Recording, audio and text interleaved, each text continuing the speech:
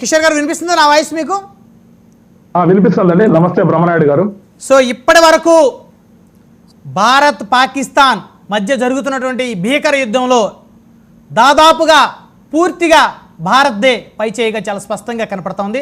So మన next target ఏదైతే బాగుంటుంది, దేశ ప్రజలందరూ కూడా ఇది మనకు మంచి సమయం, అనువైనటువంటి సమయం కాబట్టి పిఓకేని మన హస్తగతం చేసుకుందాం అని చెప్పేసి అందరూ కూడా చాలా ఆశగా అడుగుతా ఉన్న పరిస్థితి కూడా కనపడతా ఉంది.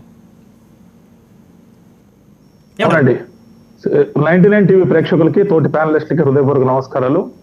అవును బ్రహ్మనాయుడు గారు, పాకిస్తాన్ మంచికో చెడ్డకో వాళ్ళు చేసిన తప్పు మనకు కూడా ఈ యొక్క పిఓకేని క్లెయిమ్ చేసుకునే అవకాశం వచ్చింది. మనకు ఖచ్చితంగా భారత్ చాలా సమర్థవంతంగా తిప్పికొడుతోంది. మనం అందరం తెలిసి ఇప్పుడు చెప్పినట్టు, మన ప్యానలిస్టులు కూడా చెప్పినట్టు మనకు చాలా శక్తివంతమైన ఆయుధాలు ఉన్నాయి. భారతదేశము ఈవెన్ దౌత్యపరంగా కూడా అన్ని రకాల అడ్డంకులను తొలగించుకొని దౌత్యపరంగా కూడా విజయంతో అందరి యొక్క మన్ననలు ఈరోజు మనం చేస్తున్న రిటాలియేషన్ ఏం చేసినా కూడా ప్రపంచం యావత్తు మన వైపే ఉంది, మనం చేసిన తప్పు అనట్లేదు. సో అలాంటి స్థితిలో మనం ఎప్పుడు కూడా భారతదేశం ఎప్పుడు కూడా ముందుగా తీసుకోదు లీడ్ కూడా. మనం ఎప్పుడు కూడా శాంతి కాముకులం కాబట్టి మనం వాళ్ళు చేసిన దానికి రిటాలియేషన్ పాయింట్ ఆఫ్ వ్యూలోనే, అందులో ఫస్ట్ లో మనం చేసిన ఆపరేషన్ సింధూర్ కూడా చాలా తీవ్రవాద స్థావరాలను దృష్టిలో పెట్టుకునే చేశాం, కానీ సామాన్య ప్రజల జోలికి మనం పోలేదు.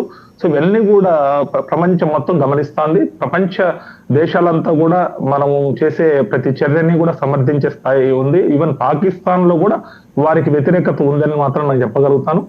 కాబట్టి ఖచ్చితంగా ఇది ఒక మనకు అవకాశము, పిఓకేని మనం తిరిగి స్వాధీనం చేసుకునే అవకాశం ఉంది. ఇది ఆ విధంగా వెళ్తే మనకు ఖచ్చితంగా ఒక శుభ పరిణామము అని కూడా అనుకోవచ్చు. ఎందుకంటే మనం వాళ్ళు చేసుకొని మనం పిఓకే కోసం వెళ్ళింటే అది ప్రపంచం మొత్తం కూడా సమర్థించేది కాదు ఈ రోజు పరిస్థితుల్లో. ఎందుకంటే భారతదేశం మొన్న రష్యా ఉక్రెయిన్ వార్లో కూడా మేము శాంతి వైపు ఉన్నాము అని చెప్పడం కావచ్చు. సో శాంతి కాముకులైన భారతదేశం వేరే వాళ్ళకైతే అలా నీతులు చెప్తుంది, వీళ్ళు మాత్రం చేయరు అని అనుకోకుండా, సో మనం ఏం చేయలేదు, వాళ్ళ అమాయకులైన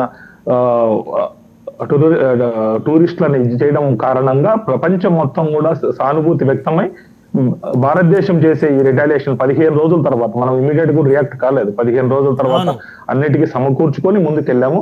ఖచ్చితంగా ఇది ఒక మనకు మంచి జరుగుతుంది అని మాత్రం నేను చెప్పగలుగుతానండి. అది ఎవరు కూడా ఎక్స్పెక్ట్ చేయలేదు కదా ఇక్కడ కిషోర్ గారు. ఎందుకంటే 2 వారాలు గడిచిన తర్వాత పూర్తిగా భారత్ పాకిస్తాన్